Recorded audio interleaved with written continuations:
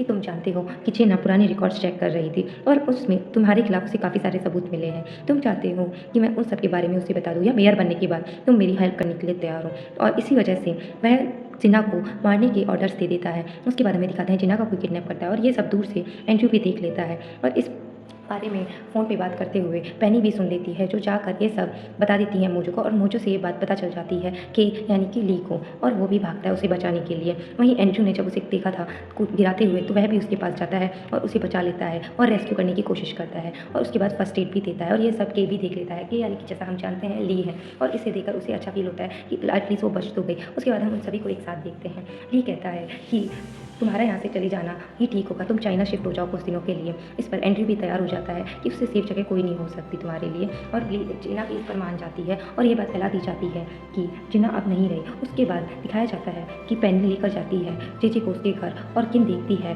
कि उसकी शर्ट पे लिपस्टिक के निशान लगे हुए हैं, लेकिन जब वो उससे पूछती है तो पेनी इन सब बातों को इग्नोर कर देती है। वही हमें दिखाते हैं दूसरी ओर जब जेजे मिलता है पेनी से दोबारा, तो ये सब नील भी देख लेता है कि उन दोनों के बीच अफेयर चल रहा है, लेकिन वो इस बात को छुपा के रखना चाहता है। वह जानता है वो उसका दामाद है, लेकिन वो फिर भी नहीं चाहता कि ये बात सबके सामने आए, क्योंकि वह जानता है कि आगे जाके ये मेयर बनने वाला है, इसलिए वो कुछ नहीं करना चाहता। और हम जेजे को देखते हैं, वहीं हम ली को भी देखते हैं जो उसके लिए बुके लाया होता है और उसे मुबारकबाद दे रहा होता है, लेकिन उसकी हंसी देखकर जेजे को कुछ शक होता है और वह समझ जाता है कुछ तो गड़बड़ है। फिर हम देखते हैं कि पुलिस ने जेजे को गिरफ्तार कर लिया होता है, जिसके बाद जेजे को पकड़ कर ले जाया जाता है। फिर हमें सीधा पुलिस स्टेशन में दिखाया जाता है कि जेजे के सामने जिन्ना आती है और उसे देखकर वो बिल्कुल चौंक जाता है, आखिरकार ये जिंदा कैसे, इसे तो मार दिया गया था। फिर हमें नील को दिखाया जाता है, उसके पास एक फ़ोन आता है जो कोई और नहीं बल्कि जेजे करता है, और उसके बाद नील किम से कुछ बात करता है और अपने असिस्टेंट को बोलता है कि तुम्हें पेनी पर नज़र बनाए रखनी होगी, आखिरकार ये कर क्या रही है। तो उसके बाद वो भी उस पर नज़र बनाने लगता है, और देखते हैं कि मोजो के साथ पेनी को देखकर उसकी फोटोज़ क्लिक कर लेता है और सारे सबूत इकट्ठे कर लेता है और पहुंचा देता है उन सबको जेजे और नील के पास। जेजे को डिनर करते हुए दिखाते हैं अपने पुलिस करीबी दोस्तों के साथ। उसके बाद वो रिहा हो जाता है और जाता है सीधा वहाँ से निकल कर पेनी के पास, और पेनी से मिलकर बहुत ही खुश होता है, और इसे इस तरीके से दिखाता है जैसे उस पर आज भी बहुत विश्वास है, लेकिन वह जानता है उसे धोखा देने वाला कोई और नहीं बल्कि पेनी ही है, और पेनी भी उसके साथ बैठ के बड़ा खुशी से बात कर रही होती है और ड्रिंक ले रही होती है। उसके बाद हमें दिखाते हैं जिन्ना को ली के साथ यानी कि के साथ, वो दोनों रेस्टोरेंट में खाना खा रहे थे। उसके बाद हमें बॉडीगार्ड को दिखाते हैं जो जेजे के साथ बैठा होता है और उससे बात करता है आखिर उन्हें अब क्या करना है आगे, और इन सब के बाद दिखाते हैं कि उन लोगों ने पेनी को भी कैद कर लिया होता है, और वहीं मेंटल असाइलम जहाँ पे जेजे को एक बार बंदा गया था वहीं पे पेनी होती है और वो होश में आती है और देखती है उसे वहाँ कैद कर लिया गया है। वो वहाँ से छूटने की काफ़ी कोशिश कर रही होती है और सोच रही होती है अब उसे फंसा दिया गया है। वहीं हमें मोजो और ली को दिखाते हैं, वो दोनों आपस में कुछ बात कर रहे थे। मोजो बताता है कि कोशिश की जाएगी गवाहों को चुप कराने की। वहीं हमें पेनी के पास जेजे को दिखाते हैं जो कहता है तुमने मुझे धोखा दिया था, अब यहाँ से निकल के दिखाओ। पेनी जोर से चीखती है और अपने हाथ छुड़ाने की काफ़ी कोशिश करती है, और लेकिन अगले दिन दिखाते हैं कोर्ट में जहाँ पे जेजे के खिलाफ कोई भी गवाह नहीं होने के कारण बस उसे रिहा किया जाने वाला था, लेकिन तभी वहाँ पे ली आ जाता है पेनी को लेकर, और उसे देखकर सब शॉक हो जाते हैं। इतने में एंट्री उठ के कहता है मेरे पास भी सबूत है और मेरे पास सीसीटीवी फुटेज है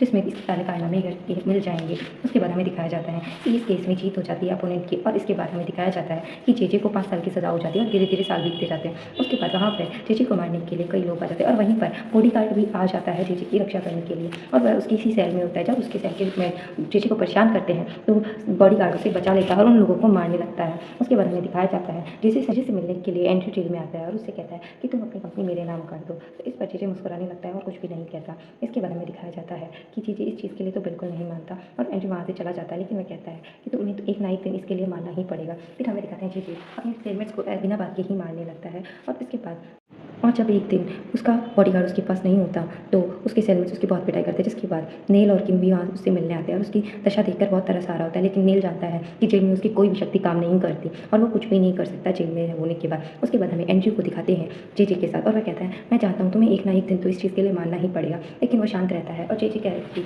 और देखते हैं कि अंततः तुम्हें मेरी बात माननी ही पड़ेगी, और वो कॉफ़ी बड़ा आराम से पी रहा होता है, लेकिन उसकी थोड़ी देर बाद वो बेहोश हो जाता है और एंड्रयू उसका अंगूठा लगवा लेता है पेपर्स पर और कहता है इस तौर से तुम्हारी कंपनी अब मेरी हुई। और उसके बाद हमें ली को दिखाते हैं और जो मोजो से कह रहा होता है अमेरिका में और कोरिया दोनों जगह हमारी वैक्सीन एमके वैक्सीन को लाइसेंस मिल चुका है, इसलिए अब के यानी कि ली की कंपनी जेजे की कंपनी से बहुत आगे होगी। लेकिन उसके बाद उसे पता लगता है कि जेजे की कंपनी को ही ओवरटेक कर लिया है, खरीद लिया है एंड्रयू ने। इसके बाद उसे बहुत बुरा लगता है कि जिस कंपनी को नीचा दिखाने के लिए और पीछे छोड़ने के लिए उसने इतनी मेहनत की उसे एंड्रयू ने खरीद लिया। और एंड्रयू मिलने आता है जेजे से और उसे बताता है कि जानते हो उस वैक्सीन के लाइसेंस के यानी कि ली ने प्राप्त कर लिया है, और एंड्रयू से बिल्कुल कुछ नहीं होता। फिर उसके पास ली आता है मिलने के के लिए। तो वहाँ पर एक फ़ोटो देखता है जिसमें उसे जिन्ना नज़र आती है, जो कि उसके साथ वाली फ़ोटो में थी। उस पे वो कुछ पूछने लगता है मोजो से, बट मोजो उसे कुछ नहीं बता पाता। इतने में एंड्रयू वहाँ आता है और उस फ़ोटो को छीन लेता है और कहता है इससे जल्द ही मेरी शादी हो जाएगी। जिसके बाद के वो सोच रहा होता है कि पता नहीं क्यों इससे मेरा पुराना रिश्ता लगता है। उसके बाद हमें एंड्रयू को दिखाते हैं रात में अकेले और उस पे कुछ गुंडे हमला कर देते हैं, जैसे जिन्ना भी देखती है और वो उसे देखकर डर जाती है। उसके बाद हमें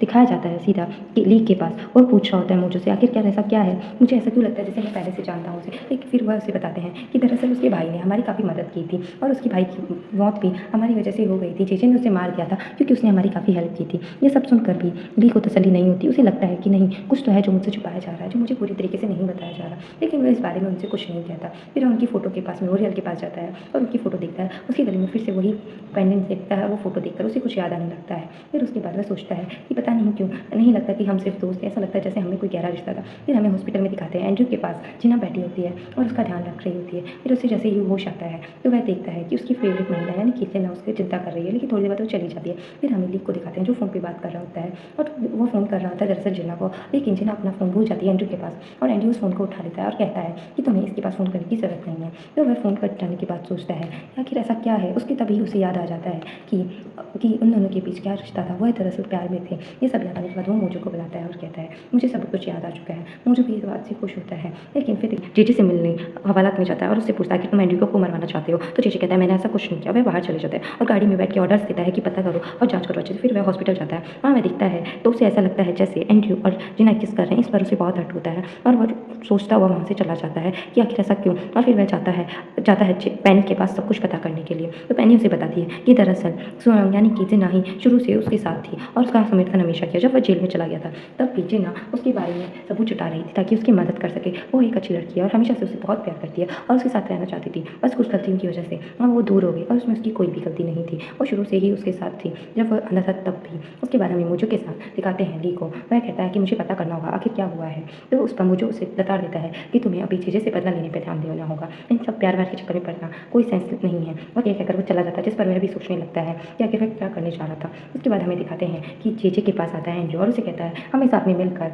करना होगा केक का खात्मा यानी कि ली का खात्मा। और इस पर वो दोनों एग्री हो जाते हैं और सीक्रेटली उसे मारने का प्लान बनाते हैं और सब कुछ खत्म करने का प्लान बनाते हैं। जेजे के खिलाफ सारे सबूत मिटा दिए गए और उसे रिहा कर दिया गया। वहीं हमें नील को दिखाते हैं जो बता रहा होता है ये सबको और जिन्ना से मिलकर ली भी उससे कुछ बात करता है। फिर हमें चेयरमैन को दिखाया जाता है जिसे डॉक्टर कहते हैं कि हार्ट अटैक के कारण आपके पास सिर्फ 6 महीने बचे हैं। इसके बाद एंड्रयू भी इस बात का फ़ायदा उठाते हुए पूछ लेता है जिन्ना से कि क्या तुम मुझसे शादी करोगी। और इस इमोशनल स्थिति में जिन्ना को भी मानना पड़ता है और वो मान जाती है। फिर एंड्रयू बैठ के उसकी पता की विल में कुछ चेंजेस करवा रहा होता है और मैच करवा देता है। उसके बाद हमें किम दिखाई जाती है जो किसके हाथ में एक वीडियो होता है जिसमें पैनी के साथ होता है जेजे और जब जेजे के पास आता है तो उसे सब कुछ स्वीकार करना पड़ता है। और इस स्वीकार करने के बाद पैनी कहीं किम को बहुत तेज गुस्सा आता है, उसे एक चपेट मार देती है। चपेट मारने के बाद क्योंकि उसे बहुत गुस्सा आता है बट वो कुछ नहीं कहता। वहीं हमें चेयरमैन को दिखाते हैं जिसके आंखों के सामने सब कुछ धुंधला हो रहा था, बार बार बेहोशी सी हो रही थी, पर वो उसे सबको कहता है बुलाता है एक साथ। लेकिन सब बच्चे आपस में लड़ रहे थे उसकी प्रॉपर्टी के लिए और सिवाय एंड्रयू के कोई भी उसकी तबीयत के बारे में चिंतित नहीं था। सब प्रॉपर्टी के लिए लड़े जा रहे थे। वो कह रहा होता है कि जल्दी से उसके लिए हॉस्पिटल जैसी चीज़ों का इंतजाम किया जाए क्योंकि उसे लग रहा है जैसे उसकी तबीयत खराब हो रही है, पर उसकी बातों पर कोई ध्यान नहीं देता। फिर उसे हॉस्पिटल ले जाया जाता है जहाँ सर्जरी के दौरान उसकी मृत्यु हो जाती है। लेकिन जब डॉक्टर इसके बारे में बताते हैं तो एंड्रयू बोलता है हमें बाहर इसके बारे में नहीं बताना चाहिए, बट सिंधी जिद करती है और वो उसे भी डांट लगा देता है कि नहीं हम ऐसा नहीं कर सकते, इससे हमारे ग्रुप के शेयर्स में गिरावट आ जाएगा। लेकिन फिर भी उसकी बात नहीं मानते हुए एक सभा रखी जाती है जो कि रेडो ग्रुप के चेयरमैन यानी कि चेयरमैन के लिए रखी जाती है, यानी इन सबके पिता के लिए। और जब उन सबको अपने पिता की विल के बारे में पता चलता है तो वह गुस्सा हो जाते हैं और एंड्रयू से लड़ने लगते हैं कि आखिरकार कैसे सारी वसीयत उसके पिता ने उसके नाम कर दी है। फिर जिन्ना के पास एक फोटो आती है जिसमें वो चेयरमैन को जिंदा दिखती है। वहीं वो एंड्रयू का पीछा करने लगती है। फिर वो एक ऐसी जगह पहुंच जाती है पीछा करते करते यहाँ पे चेयरमैन भी था और वहाँ पे एंड्रयू ने भी स्वीकार किया था कि वो जिंदा है, लेकिन वह सब कुछ चेंजेस करके ही यहाँ तक पहुँचा था। फिर जाके जिन्ना ऑफिस में चेक करती है और सारी विल मैच करके उसे भी पता लग जाता है ये जाली कागजात है और वो एंड्रयू से पूछती है आखिरकार तुमने ऐसा क्यों किया है। इस पर एंड्रयू को सबूत दिखाने के बाद एंड्रयू मान भी जाता है, लेकिन उसके जाने के तुरंत बाद ये सारे सबूत जला देता है। फिर वह अगले दिन दिखाया जाता है कि जिन्ना चेयरमैन को लेके सभा में पहुंचती है जहाँ पे सब उसका शौक मना रहे थे। वहाँ पे एंड्रयू भी होता है और उसे देखकर चौंक जाता है आखिरकार इसने ऐसा क्यों किया। वहीं चेयरमैन की वाइफ उसके लिए बहुत दुखी होती है और रोने लगती है। और एंड्रयू से मिलने के बाद जिन्ना भी कह देती है कि तुमने अकेले चाली तक क्यों बनाया, मुझे बहुत बुरा लगा, और वो अपनी रिंग निकाल कर उसे लौटा देती है। एक टीवी शो के दौरान एंड्रयू माफ़ी मांगता है जिन्ना से, लेकिन वह उसे माफ़ तो कर देती है बट फिर से उसके साथ आने के लिए तैयार नहीं होती है और कह देती है कि उसे सारे रिश्ते खत्म कर रही है। वहीं हमें दिखाया जाता है जे हमला करता है जिना के ऊपर, लेकिन उसे बचाने के लिए उसके आगे एंड्रयू आ जाता है और उसे गोली लग जाती है और वो वहीं दम तोड़ देता है। दम तोड़ने से पहले वो कहता है कि मुझे अच्छा लगा कि मरने से पहले मैंने तुम्हारी जान बचाई। फिर जेजे से मिलने के लिए के यानी कि ली जाता है और कहता है कि आपको मिल गई है सज़ा मेरे माता-पिता की मौत की, आपने मेरे माता-पिता को मारा, इसी की सज़ा है ये। और उसके बाद हमें दिखाया जाता है कि सर के पिछले हिस्से में चोट लगने के कारण अब फिर से ली की आँखों की रोशनी चली गई और यहाँ मोजो टोटा कंपनी का चेयरमैन बन चुका था और ली अपनी पुरानी ज़िंदगी में वापस लौट चुका था। वह पहले की तरह ही अपना जीवन बिताने लगा था। एक दिन जो यानी कि जिना भी उसके पास वापस आ जाती है, बट वो उसे नहीं बताती कि वह उसकी केयरटेकर के रूप में काम कर रही है। लेकिन जब जिना ली को मिलती है सर्जरी से जाने के पहले, तो वह उसे बताता है, मैं जानता हूँ तुम मेरे ऐसा केयरटेकर कब से काम कर रही हो, बस मैंने तुम्हें बताया नहीं। और जिना भी इसी दिन का इंतजार कर रही थी कि आखिर कब वह उसे पहचान लेगा। फिर उसके बाद हमें दिखाते हैं वो दोनों गार्डन में एक साथ घूम रहे होते हैं। अभी भी ली की आँखों की रोशनी नहीं आती, लेकिन वो दोनों साथ में बहुत खुश होते हैं। इसके बाद हमें दिखाते हैं वो हमेशा साथ रहते हैं और दोनों करीब आ जाते हैं और इस तरीके